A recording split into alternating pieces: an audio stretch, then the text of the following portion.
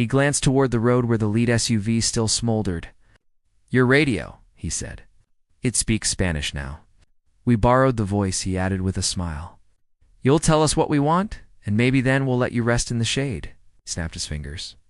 Two men grabbed Maya by the elbows and hauled her into the bed of the Hilux, dropping her roughly like a sack. A third man planted a boot on her shoulder to hold her in place. She lifted her head and caught Hux's eyes beneath the truck. Pale. She held his gaze. "Breathe," she mouthed. "In, out," the lieutenant signaled. Engines roared to life. The small convoy turned east, toward the low, hazy mountains where their compound sprawled. The drive was punishing. Heat hammered through the wind. Grit scraped her teeth, and the truck jerked along the uneven path.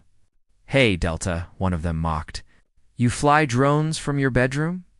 Another tossed her dog tags into the sand like confetti. A third tapped her forehead, hollow, empty. None of it landed. She had faced worse in quiet rooms, from men in uniform who never bled. She ignored it. Instead, she counted truck at 40, sometimes 50, hard left turn at 23 minutes. Creek bed at 27, tires crunching dry stone. A lone saguaro with a broken arm at 39. She built the mental map, storing every detail. The compound rose from the dust, brick walls topped with corrugated gates that groaned on tired hinges. Children flicked cigarette butts. Dogs barked, then went silent, sensing the tension. They dragged the captives into a courtyard under a makeshift tarp. Maya was separated. Hux slumped against a wall, a plastic chair beside him like a hollow gesture of mercy. An older man with a scar across his eyebrow approached, notepad in hand. "Names," he demanded. "Units, frequencies, how many more are coming?" He spoke Spanish, expecting her to answer in kind. Maya inhaled, wrists aching against the ties. "No," she said simply, in English. The first slap came lazy, unskilled. She tasted copper, counted silently. "Try again," he demanded. She didn't. Her blouse was removed. They searched for tattoos, finding the tiny raven behind her left ear. The older man snorted. "Ah, a little bird. It flies home." Others laughed, mocked wings until a serious glare quieted them. They filmed the silence, their questions, the empty responses. Maya watched the lens, emotion stripped from her face. When they grew bored, they turned to Hux, coaxing, begging him to speak. Pain frayed the edges of his resolve. Maya's low, steady voice cut across like a metronome. "Breathe, Hux. That's an order." He clung to it like a lifeline. The lieutenant returned, curious. "You look like you know how long a man lasts out here," he said, stepping toward Maya in the sun with no water. "We will find out." Two men hauled her to her feet.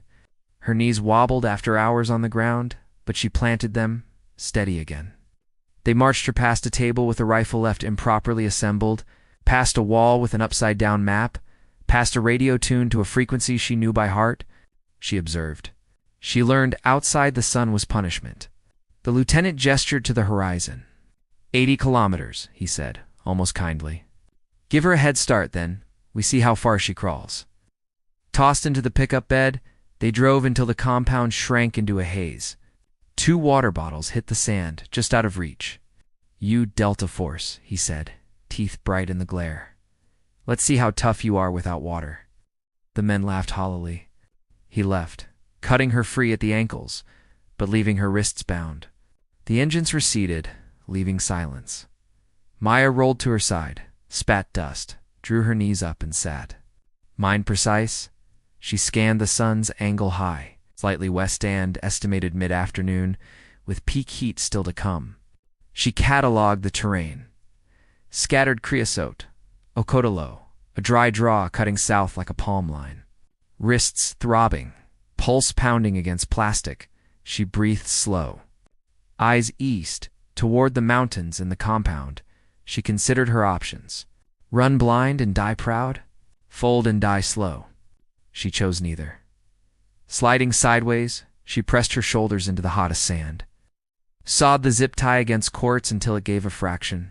A vulture circled high. She tasted dust, smiled without humor. They think I'm alone, she whispered. She studied wind patterns, marked the seam where night would curl cool into the gulch. Hours to burn.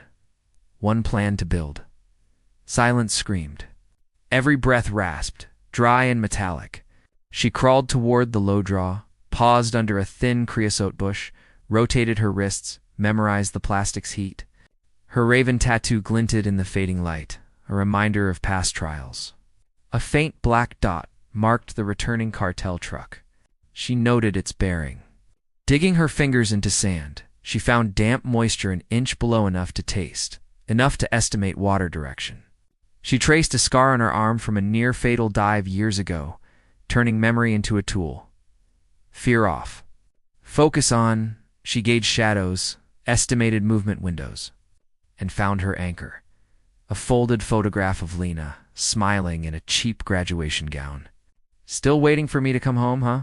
she murmured. Tucking it safely, she flattened against the bush, body still, fingers tapping a coded rhythm against the zip tie. Patience, timing, patience. Late afternoon shadows stretched. She rolled wedged wrists against quartz, sawed another millimeter free. Sweat hissed, breath shallow. Following a selection instructor's mantra count for things you see. 3 you touch, 2 you smell, 1 you control. She obeyed. Tie snapped. Relief was quiet. She scavenged a sharp scrap of metal and memorized boot tracks heading northeast. Dusk crawled in. She moved east, scanning terrain, listening. Nightbirds stirred, water nearby. A distant dog barked. Voices echoed.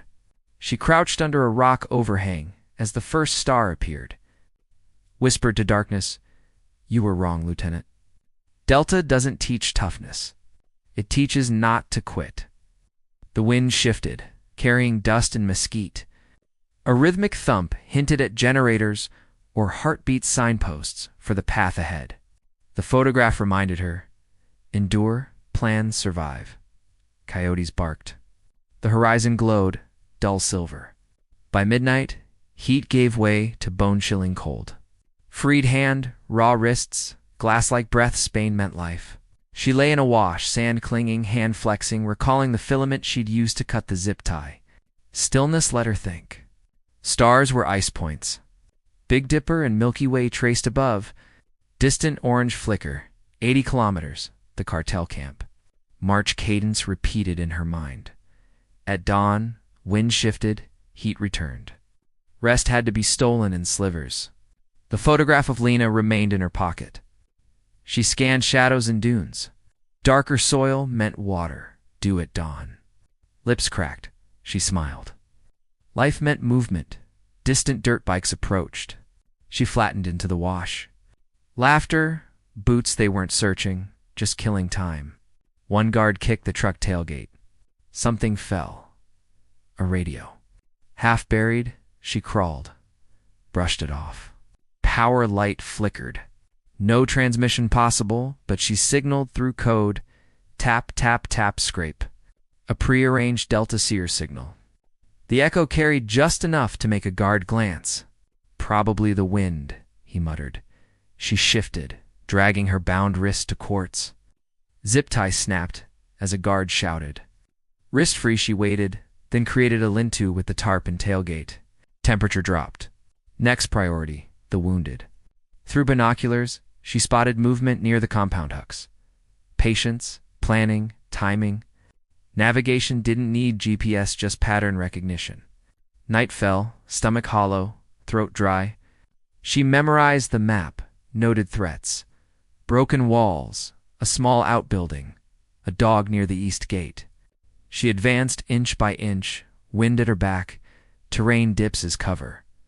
Luck favored her. A distracted guard dropped a map. Maya snatched it, froze, then memorized every contour, water source, supply route. Survival, perhaps rescue, became tangible. Tucked inside her boot, she returned to her lean-to, cross-legged, listening to the desert breathe.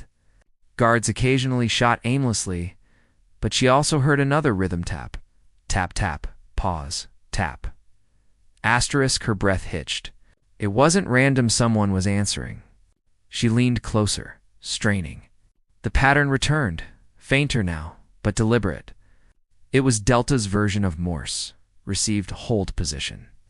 Hux was alive. Maybe not alone. Maya pressed her forehead to the rusted fender, whispering thanks into the metal. Hours later, just before dawn, she got to work. Using a shard of her knife, she cut strips from the tarp and wrapped her wrist part bandage, part disguise. She tore the rest into cords, dragging the radio into shade and stripping its wire coil. She wrapped it around a steel peg from the truck's frame, an improvised antenna. She couldn't broadcast far, but if her timing hit the convoy frequency she'd overheard earlier, maybe the Americans monitoring border chatter would catch the distortion. She twisted the knob to 4,185,700. Tap, tap, Raven, alive. Delta Code 8 North. Static hissed. No reply. She tried again. Tap, tap, tap, tap, tap, scrape miles away. Satellite feeds might flicker or not. It didn't matter. The act itself mattered. Survival training drilled it into you. Send the signal even when no one's listening, because silence kills faster than bullets. As the first light bled across the horizon, a shout split the compound. Guards bolted toward the perimeter, rifles up. A truck revved. Maya crouched low, heart steady, but mind racing. Something had spooked them. She didn't yet know the full chain, but her small axe had started at the missing map. Echoing taps, the unease spreading among them. Someone thought a rescue force was near. Her instructor's voice echoed in her mind. Small moves make big ripples. Don't aim to win, aim to tilt the board. The board tilted. Through her binoculars, she saw the lieutenant pacing, pistol raised, pointing toward the east hills, the route she had mapped. Perfect.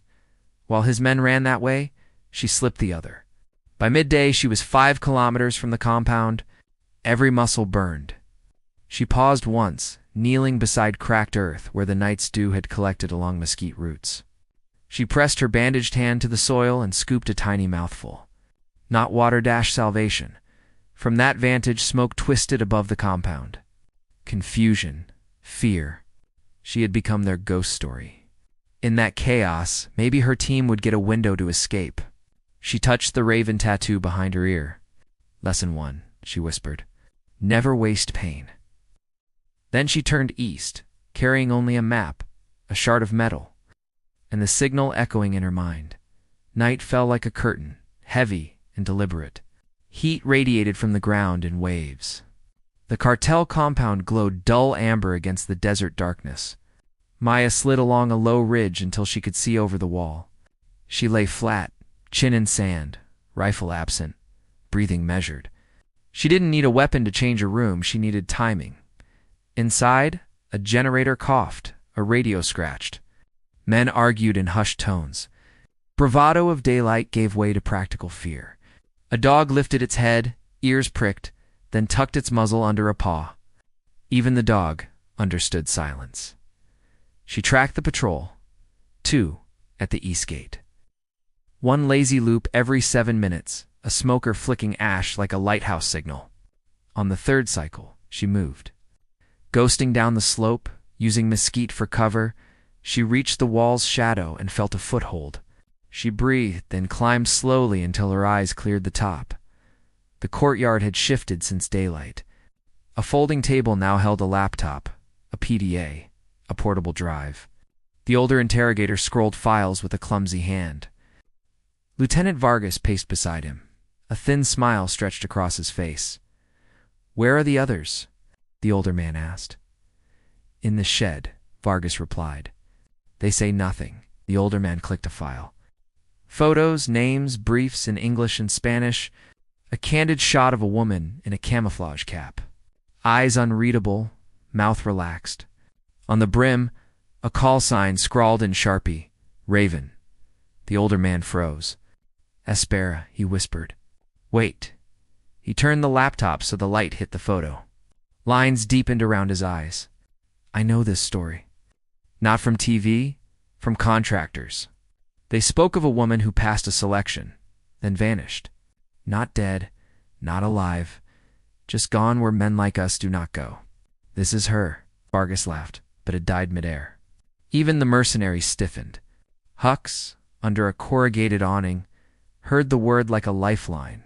Raven, he whispered, blood on his lip, fingers twitching. She was here. Maya held the brick edge, watching recognition spread like fire. She didn't move or smile. She let the room teach itself. The older mercenary, foreign and experienced, spoke softly. I saw her once. Dust storm. Everything fell apart. She didn't raise her voice. She didn't need to. The men around her moved because she had moved. The courtyard tightened. Vargas laughed, fractured. You are afraid of a ghost, he said. Very good. Then the tiny taps began. Tap, tap, tap, tap, tap. Scrape every head turned. Maya slid into the shadows outside the wall, moving toward the gate's hinge. Through the slats, she watched the scene unfold. Men stuck between legend and laughter. She stepped into the light like it wasn't there, profile clear. Dust on her face, hair tucked, wrists wrapped in tarp, eyes steady. Vargas froze. The older mercenary held his rifle low, nodding ever so slightly. Recognition, not fear. Maya guided the keys to Hux. He freed himself, and the three captives slipped through the shadows. A guard fired into empty night and bullets screamed off concrete. Down, Maya snapped. Reflex pulled them into cover. She slid left, used a hose to kill a light. And the older mercenary moved in a small gesture that changed everything, moving his cap, nodding respect. Others mirrored him. The northern wall dusted under rotor wash. Blackhawks arrived, disciplined and silent. Operators fast-troped down, securing corners. Maya watched her people, letting the weight of every gaze anchor their escape. Hux. The linguist, the metacall, moved under her signal, slipping into the desert. Maya held the courtyard's attention, carrying it without complaint. She whispered, breathe. They obeyed. She didn't claim the name Ravenet, belonged to the ones who hadn't made it. By dawn, in the field hospital, Maya sat with bandaged hands and dust still etched into her skin. Hux dozed nearby. The medics moved quietly. When the satellite phone buzzed, she answered. Lena, her sister, spoke softly. They didn't discuss the firefight or the dead. They spoke about breakfast, stray cats, small mercies. Later, in a quiet moment, Maya wrote in her notebook, Selection isn't about who survives the hardest day. It's about who stays human afterward. Morning came, windless. Medevac birds lifted the wounded. Maya watched the sunrise over dunes she had crossed. A young airman asked how she did it. I wasn't alone, she said. I had every instructor, every teammate, and a sister who'd be angry if I didn't come home. Maya didn't conquer the desert. She cooperated with it. She didn't defeat her captors.